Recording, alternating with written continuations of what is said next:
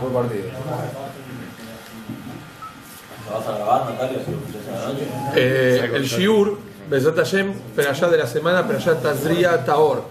Uno de los temas muy repetidos en la Perashá, principalmente en la segunda, es el tema del Metzorá, el tema de la lepra.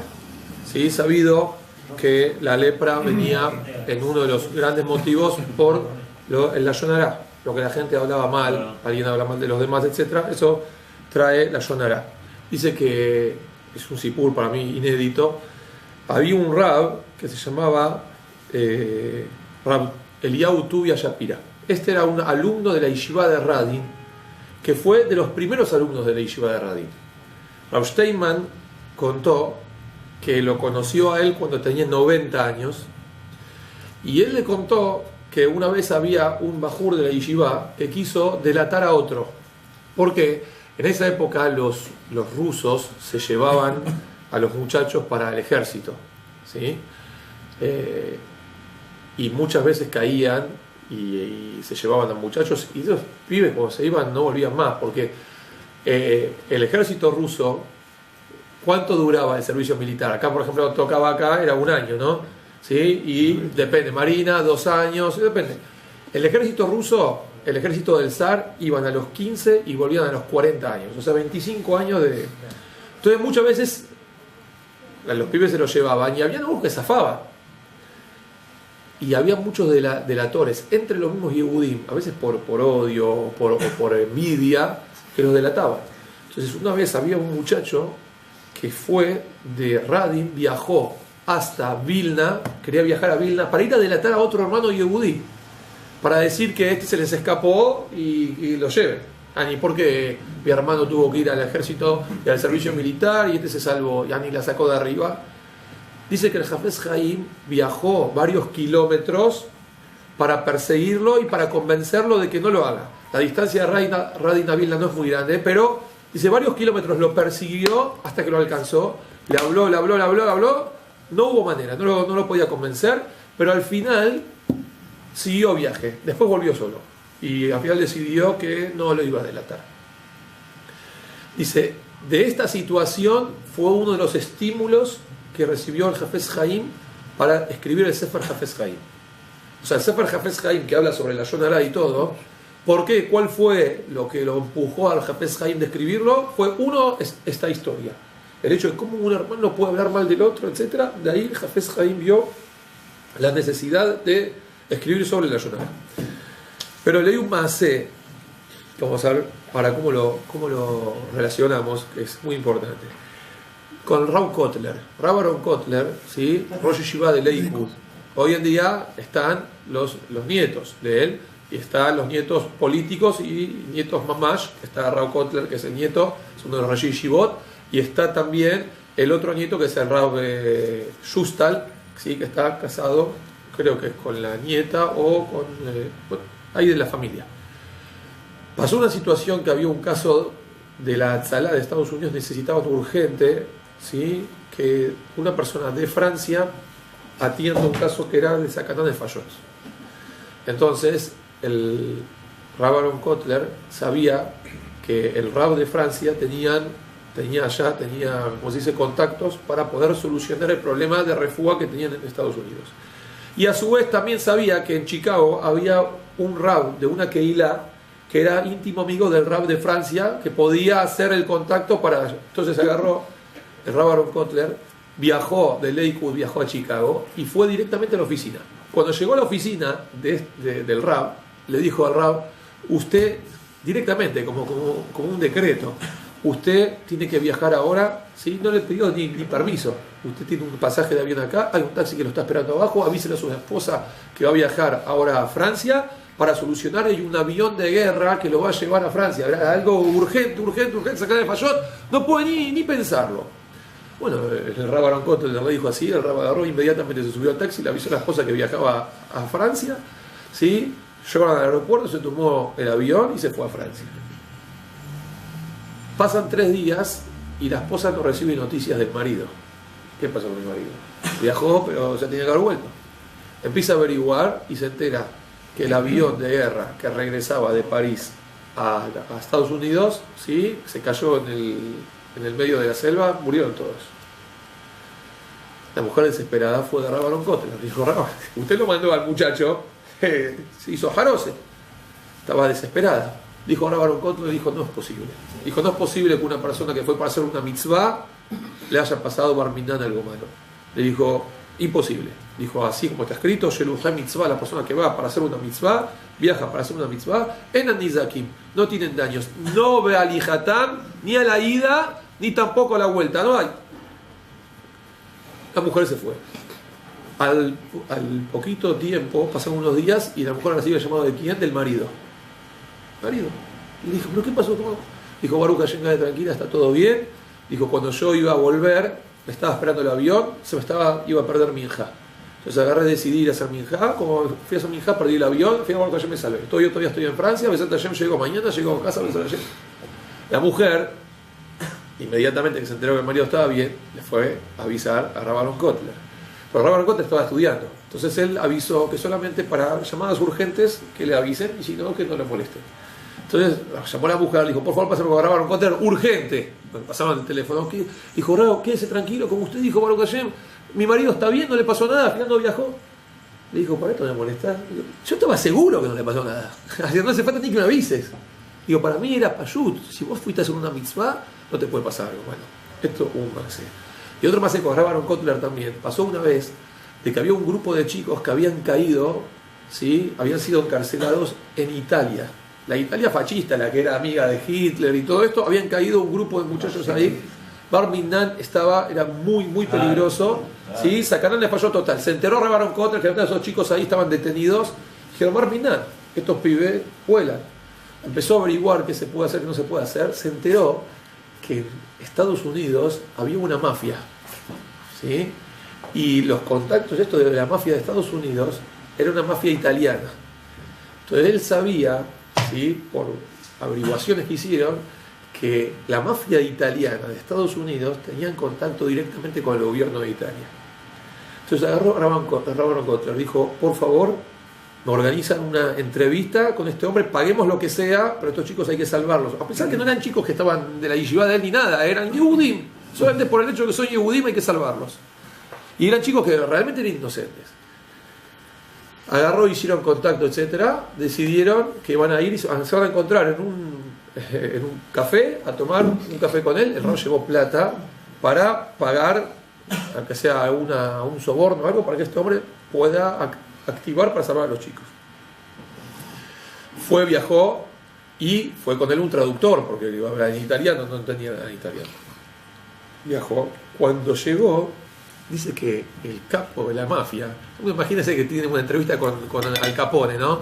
Sí, se tiene que encontrar con Al Capone, uno es Bar Minan. Apenas llegó, dice que el hombre, el mafioso, el capo de la mafia, lo vio, se sorprendió. Lo vio al Rab, vio una kidushá así, como dice el pasuk, van a ver la gente de las naciones, ¿sí? Que tenés el nombre de Borah encima y van a temer. Le dijo: dígame, pídame lo que quiera, yo lo voy a conceder. Solamente por verlo, vio que había una kidushá especial, dijo: yo lo voy a conceder. Dijo, me explicó esto, lo otro, le dijo: bueno, no hay ningún problema, yo me comprometo, le dijo el capo de la mafia, yo me comprometo que si Dios quiere, este chico antes de Shabbat ya va a estar en su casa. Entonces ahí sacó, el Rabban Kotler sacó la plata para darle. Dijo: no, de usted yo no voy a recibir dinero. Usted, esto es por favor. Yo se lo hago de favor a usted, así que llévelo, no quiero saber nada. Dicho y hecho, ¿sí? Gestionaron desde la mafia con el gobierno italiano y lo sacaron en libertad. ¿Por qué digo esto? Porque así como nosotros hablamos recién de la lepra, que la lepra ¿por qué viene? Viene con un sentido, no viene porque sí. ¿Sí? ¿Por qué te pasan las cosas? Pasan las cosas porque Akadosh Baruj Hu decreta y dictamina que tienen que pasar las cosas. No pasan las cosas por casualidad. No vivimos de casualidad, vivimos con un sentido. Las cosas nos ocurren si nosotros tenemos un problema porque Akadosh Baruj Hu decretó que así va a ser. Y lo mismo pasa con Metzorá. Cuando la persona agarraba la lepra, esa lepra tenía una explicación. Y así con todo. Y esto es lo que dice la Gemara Masejet Berajot. Rabbi Hanina Mendoza encuentra ahí la Mishnah Masejet Berajot de que había un arod.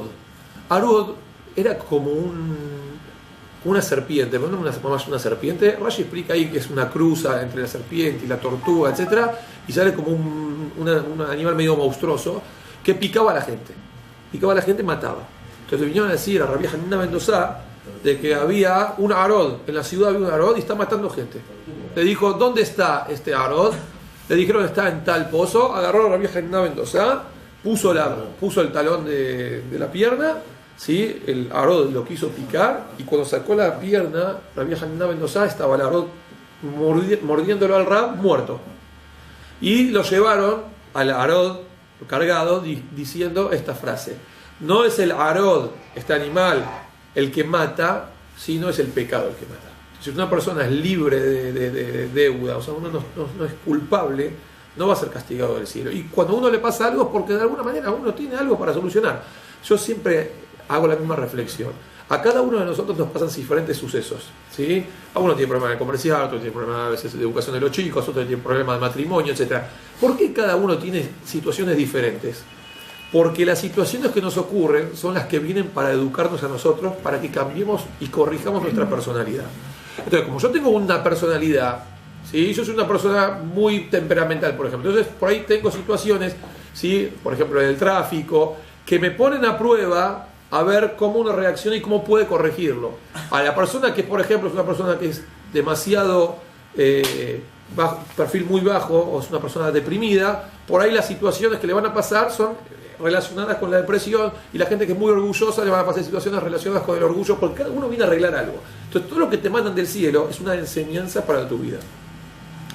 Hay un midrash. El midrash cuenta de que había un hombre que era experto en negaim, experto en las manchas de la lepra, ¿sí? Para revisar quién tenía lepra, quién no tenía lepra y así. Entonces, una vez él tenía que viajar al exterior, tenía que salir de Israel. Entonces dijo, bueno, la gente va a venir a que le vayan a revisar y yo no voy a estar. Entonces, ¿quién le va a revisar? Entonces dice el midrash que él llamó a la esposa. Le dijo, mira, como yo tengo que viajar a Juzlares, ¿sí? Entonces la gente va a venir a preguntar, a consultar, y no va a ver quién le responda porque nadie sabe. Entonces te voy a enseñar a vos, te voy a enseñar qué manchas así, para que vos sepas, y cuando la gente venga a preguntar, le vas a dar el diagnóstico de cuál es la situación que la persona tiene, etc. Beseder le dijo como él, dijo, mira, cada pelo, ¿sí? Porque tiene relación, es la mancha con el pelo blanco, ¿sí? Así es la relación que tiene en el Metzorá. Entonces dijo, cada pelo tiene, ¿sí? Una nutriente que va directamente, ¿sí? A lo que es el organismo del cuerpo, etc. Cuando la nutriente se seca, entonces el pelo pierde la vida y pasa a cambiar de color, como que se opaca, ¿sí? Es el pelo blanco que trae la alhaja. Entonces cuando le dijo así, dijo la mujer, hizo una reflexión. Dijo, mira, si Dios a cada pelo y pelo le puso una nutriente, ¿sí? Por decir un mecor, ¿sí? Una fuente de la vida, a cada pelo, ¿sí? Hay gente que tiene más pelo que otros tienen pelo acá y acá no tienen. Yo tengo por todas partes menos en algún lado, ¿sí? Así está el sufrimiento, pero cada uno es el nisayón de cada uno, ¿eh? Es más, si a cada pelito una persona en el cuerpo puede tener hasta millones de pelos, Borelán se encargó a cada uno y uno de darle un mecor, de darle una fuente, un origen de sustento. Dice, a vos hace falta que tengas que viajar afuera de Israel para que vayas a buscar Parnasá. Le dijo, el mismo que te va a dar de comer acá, te va a dar de comer allá, el mismo que te va a dar de comer acá. Así que dijo, no voy a permitir que viajes. Y no lo dejó viajar. Y al final el hombre se quedó, porque la reflexión, ¿sí? La reflexión era la reflexión correcta. Entonces hay un maasé, dice que una vez pasó, esto es algo muy bueno, pasó con un rab, se llamaba el rab de Chorkov, ¿sí? Admur de Chorkov. Dice que uno se encontró a un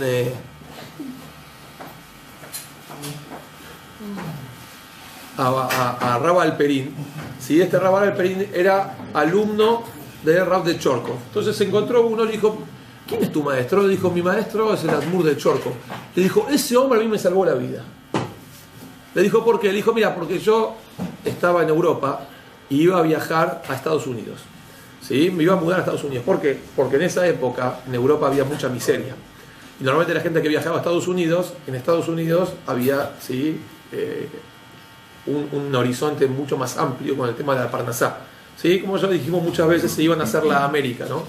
Pero ¿cuál era el problema? De ir a Estados Unidos, si bien en la parte material había mucha abundancia, pero en la parte espiritual era inversamente proporcional, era todo lo contrario. La gente que viajaba a Estados Unidos, si durante mucho tiempo se tenían que alejar muchísimo de lo que eran las costumbres de la Torá, y en cambio en Europa todavía estaba bastante alimentada. Que de por sí lo que generaron los Jajamim, por ejemplo Rabbi Kotler, Moshe Feinstein, Rabbi Yaakov Kaminsky, ¿sí? ellos transformaron lo que es el Yahadut de América. ¿Sí? Hay 4 o 5 personajes que fueron los que hicieron una mapejá, como se puede decir, ¿no? Hicieron como una vuelta de página de Estados Unidos y transformaron de lo que era una Keilah muy, muy laica a una Keilah que hoy en día uno va a Estados Unidos y ve Ben Porat Yosef y Yeshivot y Ben Porat Yosef Batik Nesiyot y Yahadut que uno ve Ben Porat Yosef en Estados Unidos. Hay mucha verajá hoy en día de Yahadut. Este hombre estaba a punto de viajar y se iba a alejar muchísimo. Entonces le dijeron, antes de viajar, ¿por qué no vas del Admur de Chorkov y lo vas a convencer que preguntarle si te conviene viajar a Estados Unidos o mejor te quedas acá? Entonces no quería al principio, porque dijo, no, este me empezaba a venir, es retrógrada, y el tipo va a venir con cosas raras, que de la prehistoria, que no tiene que progresar, ¿no? Pero después de insistir, fue. Entonces fue del Admur. Cuando llegó el Admur le dijo, Rab, mire, yo estoy programando viajar a Estados Unidos para buscar Parnasá, etc. Le dijo, bueno, yo andá, pero necesito que me hagas un favor. Necesito que me cumplas un recado. Tengo un shlihut, ¿sí? Tengo un mensaje para enviar para Estados Unidos. Le dijo, bueno, no hay ningún problema. Digo, ¿cuál es el mensaje? Me haces el favor, cuando llegas a Estados Unidos, búscalo al Dios de América y decile, ¿sí?, que yo le mando saludos. Le dijo, pero el Dios de América es el mismo Dios de acá, le dijo. Le dijo, no puede ser. Dijo, no, en América hay un Dios y en Europa hay otro Dios. Dijo, no, Rab, disculpe que le diga, pero es el mismo, ¿sí? God se llamará God porque es en inglés, en español se dice Dios, en hebreo se dice Hashem, se dice Yud Ki Vav Ke, pero el nombre cambia, la personalidad es la misma, Akadosh Hu es Akadosh Hu. No me diga, le dijo, Rab, ¿en serio? Dijo, entonces si Dios es el mismo, que el Dios que te va a alimentar allá no te puede alimentar acá, y que vas a salir corriendo ya que le estás buscando oportunidades a Boreolán para mantenerte. Si Hashem te quiere alimentar, te va a alimentar donde Él quiera, no hace falta que te tengas que ir. Hay un concepto de Meyanem Makom, Meyanem Mazal, ¿sí? Pero no es tan payut. Normalmente si la persona tiene emuná, temimá, tiene una fe, ¿sí?, destaca que a Kadosh Baruj Hu le va a mandar la Parnasá, ¿sí?, entonces que haga el ishtadlut, que haga el esfuerzo que hacen todas las personas, el esfuerzo de levantarse en la mañana, de salir a trabajar, de ser perseverante, de ser una persona que es ordenado en su trabajo. Besat Hashem HaKadosh Hu le va a mandar la Parnasá. Ojo, que Hashem le mande la Parnasá no significa que la Parnasá va a venir justamente por el trabajo que le está haciendo, no tiene nada que ver. Uno tiene que trabajar porque esta es la obligación, pero después Hashem, Él va a manejarse como quiera. Por ahí una persona va, trabaja todos los días, trabajó, no fue, y después un día caminando por la calle se encontró un fajo de $5.000, ¿sí? Ay, sí, pero yo para qué trabajé. No, porque vos tenés la obligación de buscar un medio para el sustento. Eso no significa que Hashem te lo tiene que mandar justamente por este camino, te lo puede mandar por donde quiera. ¿Cuál es la realidad de esto? Dice que es el que lo va a consultar, cuando uno abre y compra un pescado y uno abre los pescados, muchas veces encuentran adentro pescaditos, ¿sí? Y ahí es insólito, pero normalmente los pescados, ¿sí?, cuando los encuentran adentro están en posición inversa. Significa que el pescado, si está mirando hacia la izquierda, entonces el pescadito que comió está mirando hacia la derecha. O sea, que no es lógico, porque cuando el pez está buscando su alimento, te vamos a dar cuenta, tiene una presa y lo empieza a perseguir, lo persigue. Cuando lo alcanza y se lo come. ¿Y cómo se lo come? Y se lo come de la cola, y lo último que entra es en la misma posición que él está. Pero en la realidad, y está comprobado, es que cuando encuentran a los peces están en posición inversa. Entonces, ¿cuál es la conclusión? La conclusión es que cuando este pez está persiguiendo al otro, en la corrida se va chocando con otros que vienen, que no es la persecución de él, y se lo termina tragando por casualidad. Por ahí la presa que él persigue, por ahí nunca la alcance. Y dicen más, si él alcanzaría la presa, podría morirse. ¿Por qué? Porque entre la cola y las aletas, ¿sí?, se le clavarían en el cuerpo, en la garganta, y eso mismo lo lastimaría. En cambio, cuando uno lo traga en contramano, de cabeza, tiene, ¿sí?, lo que sería la fisionomía del pez, es que no lo va a lastimar de frente. De espalda sí, ¿sí?, porque tiene todo lo contrario, tiene pinche de atrás. Entonces dice, uno busca una parnasá, uno busca un mecor, un origen de la parnasá. Pero después, ¿por dónde viene? No significa que venga por el mismo lado, puede venir por otro lado. Esta es la grandeza de cómo Kadosh Baruj Hu, él determina cómo va a venir. Repito, uno tiene la obligación de hacer el esfuerzo, pero no está en decirle a Kadosh Baruj Hu que este va a ser el mejor de la parnasá. Entonces muchas veces uno trabaja y al final la plata viene por otro lado y dice, no me está yendo bien. ¿Por qué? Porque el trabajo no funciona. ¿Pero qué tiene que ver? ¿Vos tenés? Sí. ¿Te entró? Sí. ¿Y qué te importa por dónde entró? Vos le estás obligando a Kadosh Baruj Hu que te mande por acá. Vos tenés que hacer algo, está la obligación. Ahora, ¿por dónde viene? Eso déjaselo a él. Él se va a encargar de que te llegue por acá, que te llegue por acá, por arriba, por abajo, que alguien te ponga en el bolsillo y que ayer no te falte absolutamente nada. Hay el Rav Silverstein, muchas veces nos nombramos, dice que había un yehudí que venía a la casa muchas veces y venía con una acusación. Siempre, un hombre mayor, pero siempre decía, ¿por qué él se vestía como Haredi, ¿no? El Rav Silverstein se viste como un mentorá, ¿sí? Y se viste como, vamos a hacer cuenta, como se vestían los yehudim en Europa. Hoy en día todos nosotros, ¿sí?, tenemos otro tipo de vestimenta, otro tipo de look, pero se viste como yehudí de siempre. Entonces este hombre lo veía y dice, yo me acuerdo cuando yo era chico, todos los judíos nos vestíamos como ustedes, decía, pero un día nos hicieron poner una vestimenta, ¿sí?, el brazalete amarillo. Dijo, ¿y usted me puede explicar por qué es así? Y siempre venía con esta... Y el Rab a veces, normalmente no le decía nada porque ¿qué va a poder discutir? Haram, una persona que pasó el holocausto, no hay mucho lo que discutir. Solamente del respeto de una persona que haya estado, solamente merece respeto. Pero tanto que insistía, tenía miedo que esto ya genere influencia en los hijos. Dijo, él tiene que responder. Entonces, en un momento, el Rab le dijo, yo te voy a mostrar algo. Dijo, esto no es la primera vez que ocurre esta situación. Dijo, ya hubo otra vez. Alrededor de 500 años atrás, hay un sefer que se llama Meshivat Nefesh. Está escrito por Rabbi Yohanan Luria. Este Rab escribe que en esa época el gobernador donde vivían esta Yehudim había hecho un decreto exactamente igual.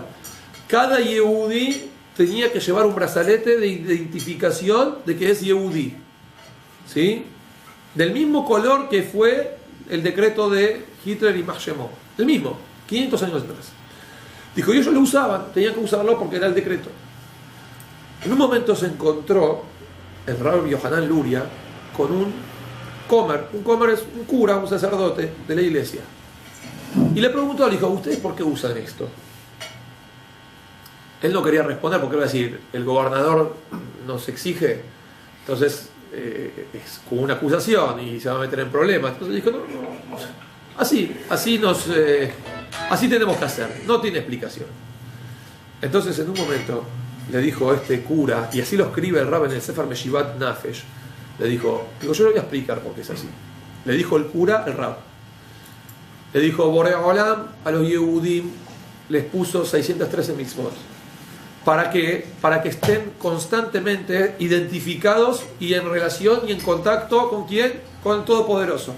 ¿Sí? Que haya una conexión constante. Hoy a la mañana que sea por el tzitzit, por el tefilín, por la tefilá, por la verajá que va a decir a la comida, por cómo va a comerciar, que tiene que respetar ciertas leyes, por cómo tiene que respetar a la familia, cómo tiene que educar a los hijos, etc. Constantemente, para que la persona todo el tiempo esté ocupado y en relación directa con Akadosh Baruj Hu. Le dijo, pero pasa un momento que la gente se aleja y la gente pierde esa conexión. Entonces, ¿sí?, cuando se tiene que conectar con Hashem por intermedio de la kippah, no se conecta. Se tiene que conectar por intermedio del tefilín, no se conecta. se tiene que conectar por intermedio del Shabbat, no se conecta. Y así sucesivamente, y empiezan a pasar los días. Hasta que viene a Kadosh Baruj Hu y le ponen la cabeza de un gobernador en forma de castigo, hacerle vestir un brazalete para que constantemente durante el día le recuerden: vos sos Yehudí, vos sos Yehudí, vos sos Yehudí. Le dijo el sacerdote: si ustedes hubiesen cuidado de comportarse como Yehudí, nunca hubiese hecho falta de que pongan un brazalete. Si la persona cuida y respeta el Yahadut, ¿sí?, la persona se ahorraría tantos problemas. Y esto es el principio del Shiur. El Metzorá, ¿por qué viene? Porque Akadosh Baruj Hu decide que tiene que haber lepra. Una persona, ¿por qué se tiene que caer el avión? Porque uno por ahí lo merezca. Y el que no lo merece, ¿qué le va a pasar? No le va a pasar absolutamente nada. Va a ser minjá y se va a salvar de tomarse el avión. Y estos chicos se tienen que salvar. Si hace falta hablar con la mafia, se van a salvar igual. ¿Por qué? Porque no es el destino de ellos. Como dice el dicho, dice, cada kadur, dice, cada bala tiene una dirección. ¿Sí? No existe una persona que se murió por una bala al aire. Si esa bala tenía una dirección, ¿cuál era el destino que tuvo? Akadosh Baruj Hu no permite, ahí no hay casualidades. Y esto lo mismo, la Parnasá es lo mismo, es también Akadosh Baruj Hu. Y lo mismo es cuando hablamos de por qué nos pasan las cosas, por qué pasan los decretos.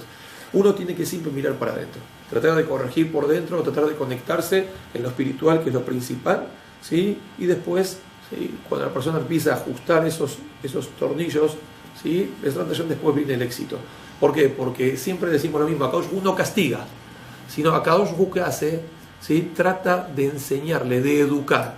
Ahora, esa educación, ¿sí?, tiene diferentes métodos. Y hay gente que por las buenas a veces no entienden. El método de enseñanza y de aprendizaje es cuando tienen que ser por intermedio de un correctivo. A veces cuando papá nos tenía que dar una cachetada cuando éramos chicos, un chirro en la cola. Sí, no había otro método que ya intenté varias veces de convencerte que no lo haga. A veces hace falta un chirro. Y a veces el chirro lo manda a Akadosh Baruj Hu. Eso no significa que no nos ame, sino significa que nos tienen que educar. Y a veces educar merece de ciertas cosas. Si uno toma como educación cada cosa que le pasa, entonces aprende de los problemas, aprende de las desgracias y ya no tiene que volver a ocurrir.